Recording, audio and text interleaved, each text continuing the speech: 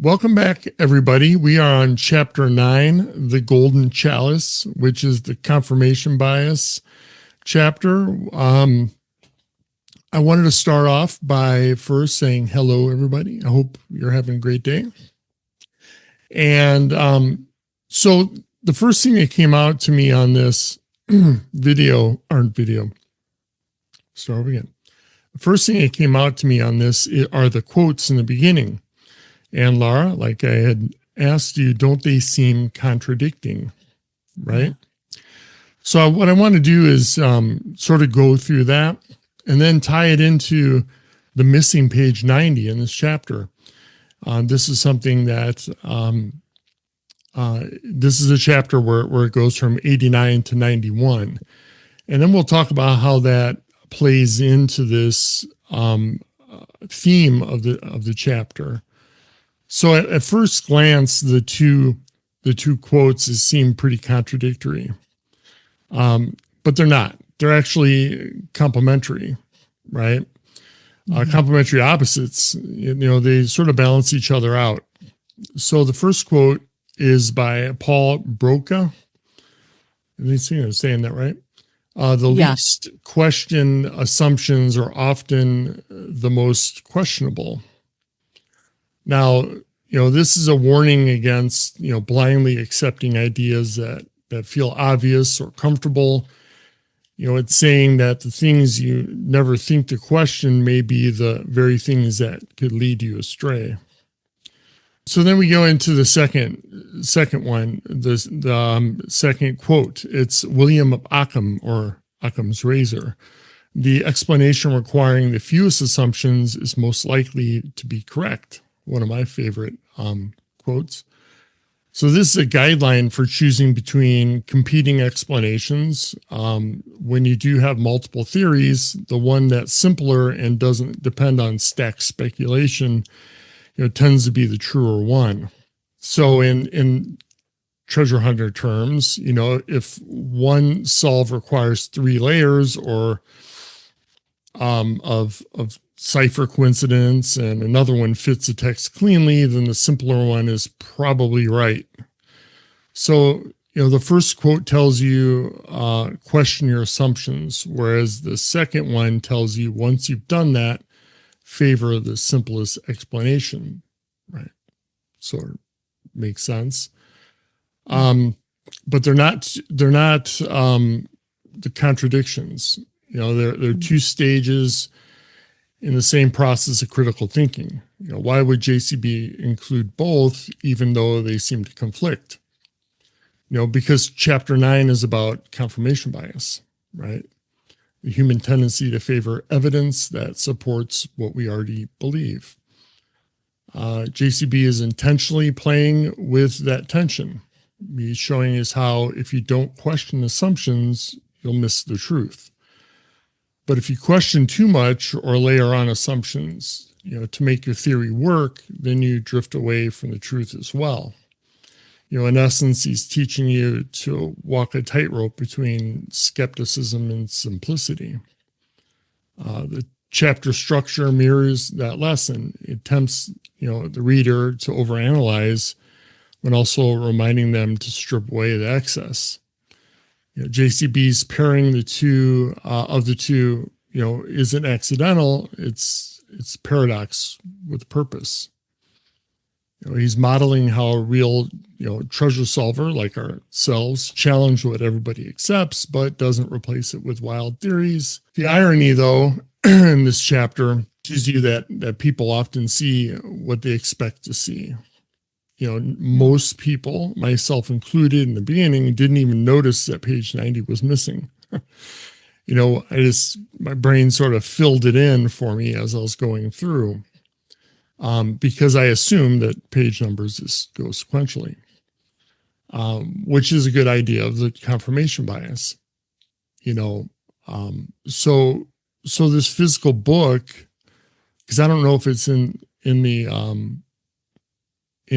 ebook or not, it becomes a cognitive trap that the text is warning us about. What do you think about this? all of that discourse and then what do I think about it? So Yeah. I do agree with you that the two quotes are complementary of one another. And both of them come down to a blind acceptance and that being problematic. So yeah, I'm thinking about the Occam one as well. And the simplest explanation often being the truest one. And I think sometimes we want to select the most complicated one because it feels more like a puzzle to be solved. And I think in life in general, the simplest explanation of things is often what is truth. So yeah, I like your thoughts on the quotes. I hadn't, I don't know that I ever would have noticed that a page number had been skipped.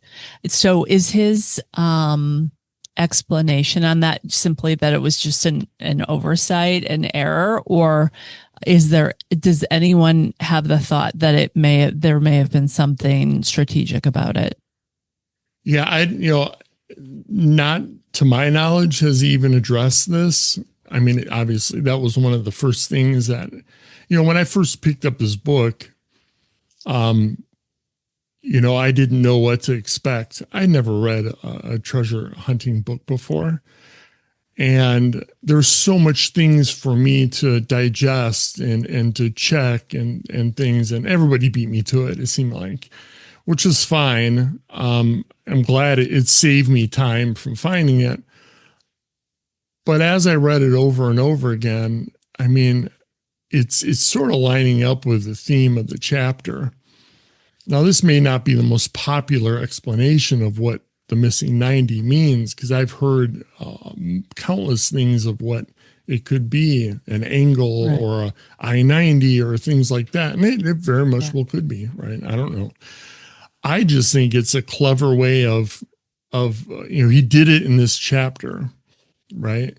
On confirmation bias. I don't totally get that though. So from confirmation bias, the tendency to interpret new evidence as confirmation of one's existing beliefs or theories. So a page being missing, how does that align with us having existing beliefs and theories, and then something new coming in, i.e. the missing page 90, confirms what thought? So I don't know that I would consider that to be a confirmation bias. I don't think that it's affirming some sort of belief that we already held, or maybe wrongly affirming some sort of belief that we already held, unless our belief is that and maybe I'm talking myself into it, that the missing page either has significance or doesn't have significance. And then we're, making some sort of assumption that our view of it is true, but I'm not sure that there's a new evidence on it. So yeah, I looked at it as, it must be true. He left it out, right? He left that page out. That's got to be a clue. And let's dive right into it. To me, I interpret it as, just because it's missing doesn't necessarily mean it is what you think it is. right. I mean, so one thing I was thinking about this missing page earlier today is that it's not like JCB was sitting at his computer typing this out and manually adding the page numbers. It's a publisher's activity to lay out things into the pages, right? Mm-hmm. And to ensure that those technical parts of the book are put in place. I would think, like, it's not his manuscript didn't look like a book. Mm-hmm. And then they printed copies of it. He would have, my opinion, I'm not certain. I'm not in publishing. I don't know. Would love to hear other people's opinions on it. Is that's an activity that happens once he turns over his manuscript to the publisher, the person who's actually printing it, or an editor. But, I guess some of that he held close because he didn't want the clues to get out before, right? Yeah. So maybe.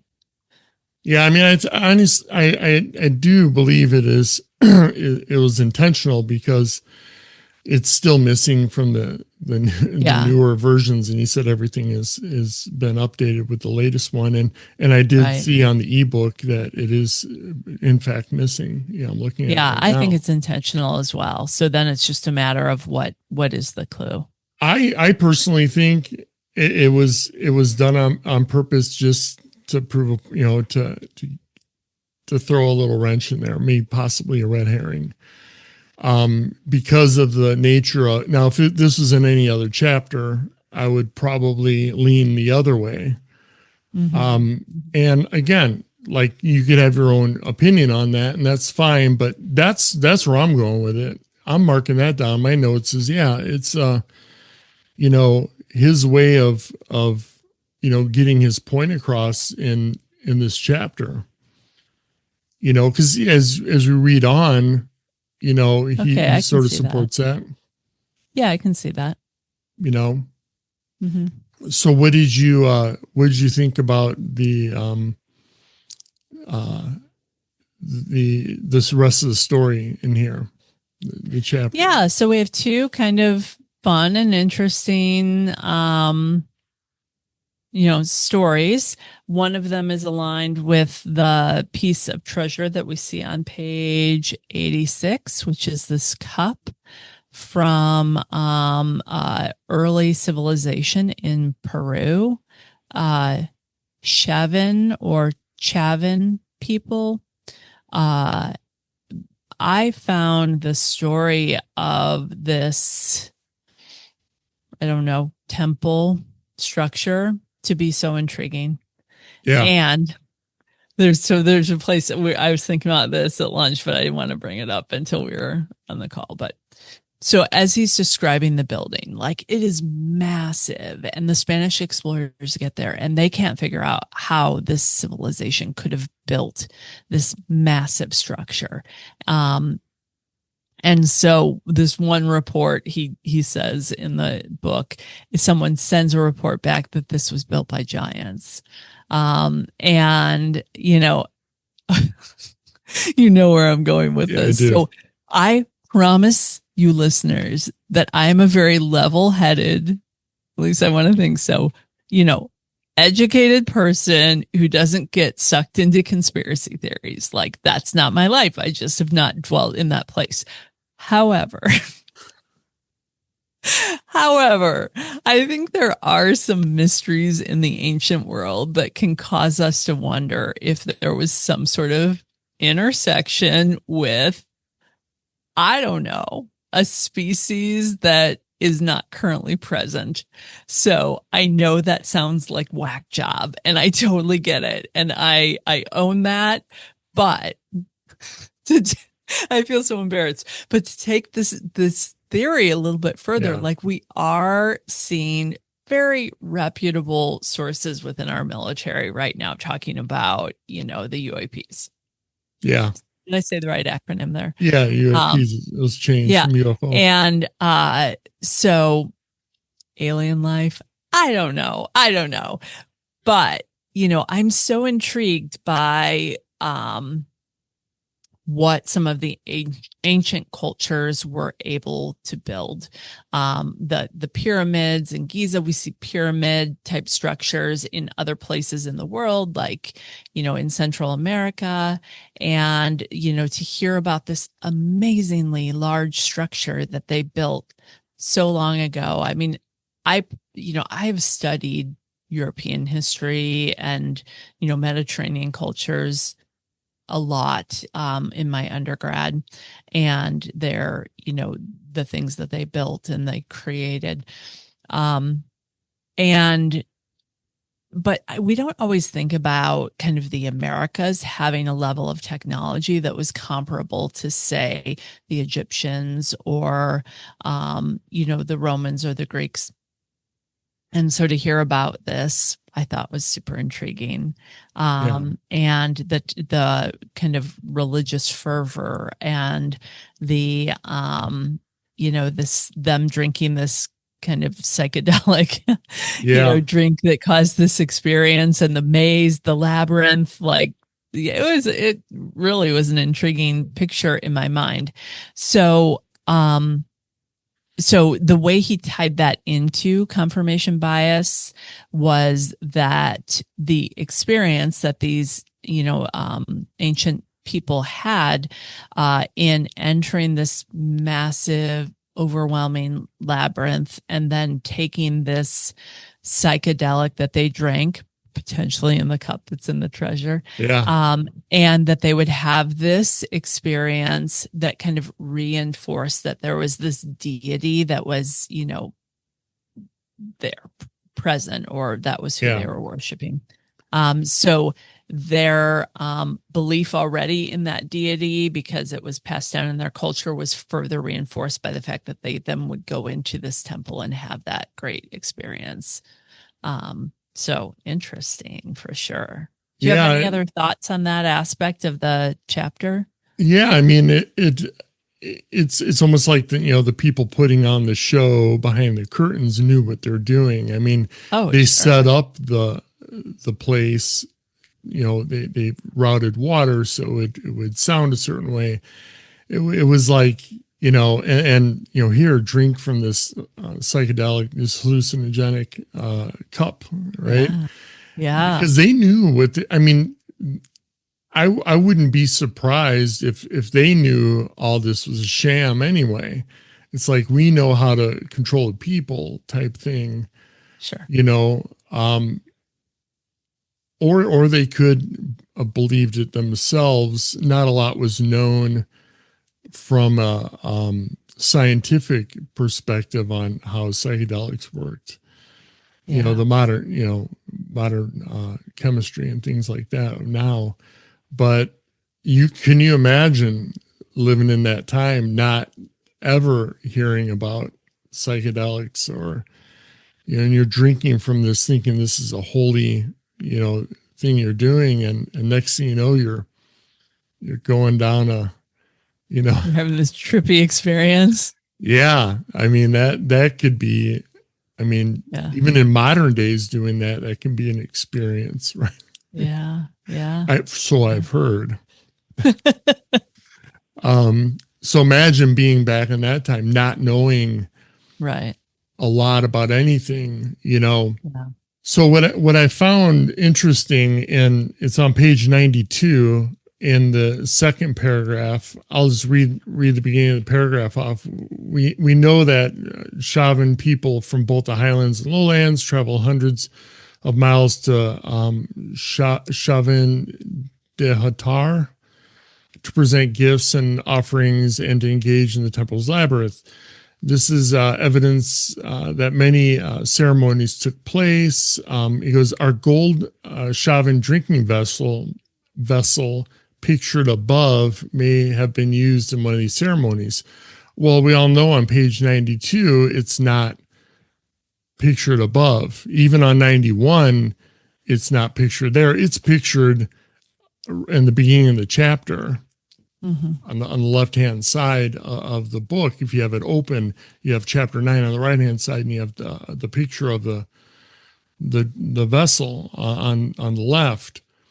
So is that, to me, that seems just as significant, if not maybe more, than the missing page 90, because nowhere does he loosely reference a picture on a wrong page. It's always on our treasure box on the left, or things like that.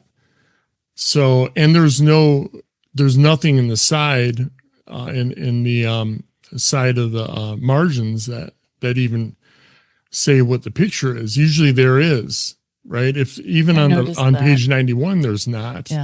Yeah. Now I think if you go to Yeah, on page 89, there's not either. Only on page There is on 87. 87. Yeah, Yeah, here's the gold vessel, you know. but the other three images in this chapter don't have any um kind of reference. Yeah. Yes. Yeah. So what's, Yeah. you know, that's something, you know, worth noting at the very least, right? Right. I was saying a few minutes ago about how the missing page number, wouldn't that have been something that happened in layout with the publisher? And we talked about who did the layout. But in the same way, like referencing where a picture is at, you wouldn't know where a picture was at in the book until you were in layout. And so for him to reference above or reference here or there in the book means either he was writing this and seeing it in layout, or making presumptions about it. It just is interesting. Just interesting to me. Both, I think you're right, that those two elements are purposeful and connected. Yeah, because I mean, I don't want to get into how you publish a book or anything. It always baffled me how people, when they write books, in page 8, you'll hear about this. It's like, well, how do you know? I can't even get my, that's a whole different thing, right? But yeah, this is deliberate. This is something that and because it's like that on the ebook, it's like in the hard copy. Yeah. And maybe, I don't know if our viewers can cross check this if they have the newest book. I think there is the latest where he says on the website that all of the errors are corrected. And it'd be interesting, but I'm willing to guess that was left out on purpose. Yeah. Been. And if it was, then what exactly is it telling us? So, I mean, the number, one of them being a number is notable because there are all kinds of things that numbers could mean. Like you said earlier, I-90, or, some sort of state road or county road, or it could be a direction like 90 degrees. It could be, the number of things that it could be. Well, I did find interesting, and I'll put this in the on the screen, is so on Apple eBooks, on the bottom it says the page numbers, right? It goes from 89 to 91 to 92, and on the top there's a box where it says, I don't know, the previous pages. It does have page 90 and 91 on the top. And I'll put this in there. If you open up the ebook, it goes from 8, on page 89 on the top, it goes from 88 to 89, which lines up with these two. And then when you go to when you flip the next, you have 2 pages in front of you. It goes 90 and 91. So but that could be just the way Apple Books does their things. Right. Yeah. So that's probably part of the program, not part of. Yeah, I don't know if I'll put that on the screen or not. Right. Yeah. It just came out. I had to address it. I had to talk it out so I can, but that's how ebooks are. So, so that was, something to note though. So cute little story about, unless you had something else to say. No, go ahead. Cute little story about him singing "Here Comes Peter Cottontail" during the Christmas Eve service. Very, charming and heartwarming. About his mother having to run out and her saying to, his dad, "Oh no, he'll be fine. He'll be good." And, and her naively believing that will be the case and then being proved wrong in an embarrassing way. Cute story. How does it align with the chapter or a clue? Simply, I guess, an example of confirmation bias. But then he goes into a narrative about himself, and he says when I was younger, I always thought I was right, I think is what he says. When I was younger, I used to think that I was always right. Kimberly might argue that I sometimes still do. And a little side note, I also have been told that, that I always think that I'm right. Not by Eric, but I have been told that in my life. And I struggle with that concept, admittedly, because why would I not believe that my opinion that I held was right? Why would I hold an opinion and go, yeah, but I know I'm wrong? Then I would change my opinion to what was actually right. So of course I feel very strongly that I'm right on things because I've weighed out the evidence and I've determined what I think is the truth. And therefore I think I'm right about it. Maybe it's how strongly you hold to that belief that you're right. Yeah. And even in the face of other evidence that might prove that you aren't right, you're unwilling to shift your position. You staunchly hold to it, even in light of this other evidence. And maybe that's how it kind of ties to the confirmation bias, that you're unwilling to see other clues for what they are. They simply are reinforcing for you and making you want to stay aligned with your previously held position, or your currently held position. So, I can totally relate to that concept. And so I want to be really cautious as we're going through the clues, in this book, not only for the lion's share, and all of the chapters in part 1, but also when we look at the smaller boxes and, Appalachian Trail is always one that's on our mind. And, we've had a couple of solves that we have felt were pretty good. But are we taking into account that quote that we saw at the beginning of this chapter, the simplest, explanation or the simplest solve, can we say, being the most likely to be true.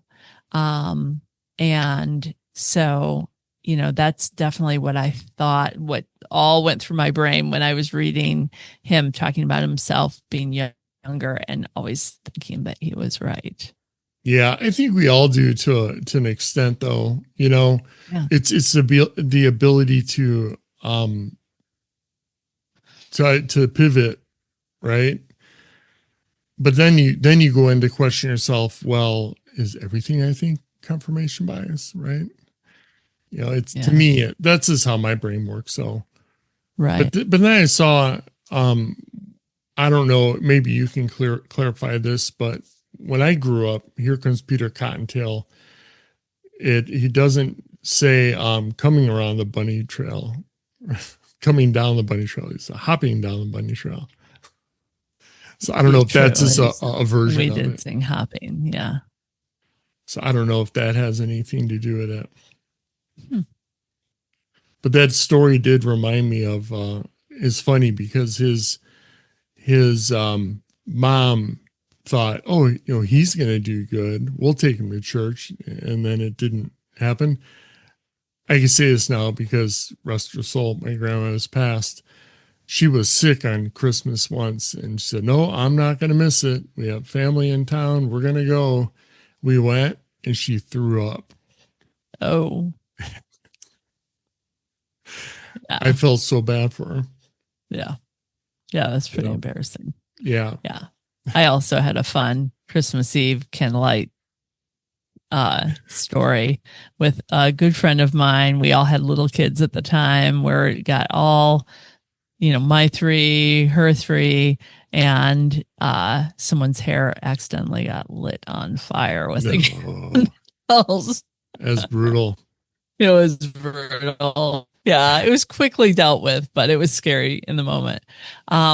So are you inferring that the story or the song, Here Comes Peter Cottontail, trail reference. Coming down again, this could be another thing he did on purpose, right? Right. But I look, I've had that song played over and over and over as a kid. Yeah. And I've never heard it now, but it could be a regional thing. I don't know if there's certain other versions of it that other people. Right. Yeah. Maybe we're going to need to Google that and see if we get both. Yeah. That'll be another thing. If anybody knows, drop that out in the comments. We definitely always said hopping down the bunny trail. Yeah. So I wonder. Hippity hoppity, look at Peter go. Yeah. Or yeah. I'm not even going to use my bring up. Sing it. I'm not going to sing it. Anyway, but did you, then we have the picture of his mom walking out. Right. I found, and I'll put this up on the screen, on the bottom right-hand side, we have our old friend Lightning Bolt back. Yeah. See that? Mm-hmm. So lightning bolt coming out of the bottom. And what I thought, I could go both ways on this. The handle looks like an arrow up on the top. Mm. And then the shoe on what is supposed to be him as a kid, his left foot looks like is missing a shoe. Yeah. What we're supposed to do with it, I don't know. But I did find it odd or interesting, not odd, that there's a lightning bolt again on the bottom. Yeah, I agree. That definitely is a lightning bolt that looks exactly the same as the other lightning bolts that we've seen. Yeah, and maybe the lightning bolt itself isn't a clue, but it indicates there could be, like, anytime you see a lightning bolt, there's a certain clue that goes to it or something to look at. Maybe that's a placeholder for important things, right? I mean, I'm just sort of spitballing it. It could be anything, but I'm marking it now as page 94 is a lightning bolt on it. Yep. So it's pretty interesting. Yeah. Yeah. Well, really good chapter. Interesting chapter. I was glad to be able to dig a bit more into confirmation bias because we talked about it on last week's episode and I didn't feel like I had fully unpacked it in my head and understood it. And I feel a lot more clear on it and what to avoid after going through this chapter. So, yeah. And I think, the choosing of the quotes in here, I think there's a lot. I'm going to reread this chapter over and sort of, hang out in this chapter for a little bit on my own because, the way you set up the quotes in there, and then the other items in here, I think there's a lot more to this chapter than I originally thought the first multiple times I read it. I think this is a very important chapter. Interesting. So let us know what you guys think. And, next week we'll be boots on the ground. Yeah. Was it like 5 days till we hit it? So if we don't get a chapter 10 on next week, that's because we are out boots on the ground and we'll have even better stuff. But I'll try to get something out beforehand. We might even go live. Yeah, that would be cool. Be cool. Special episode, live boots on the ground. Yeah, that would be neat. So that's, leave your comments what you think. There's a lot in this chapter. Let us know about the picture, the page 90, the two quotes, what he means by those, why he chose those, and anything else that pops out, because I believe there's a lot more to this, and this will be a great one to, rehash once we're done with all the chapters. Yep. So with that, have a great rest of your week. Stay safe and stay warm. I don't know where you're at, but it's pretty chilly here. So we'll see you next time. Bye, everyone. Bye.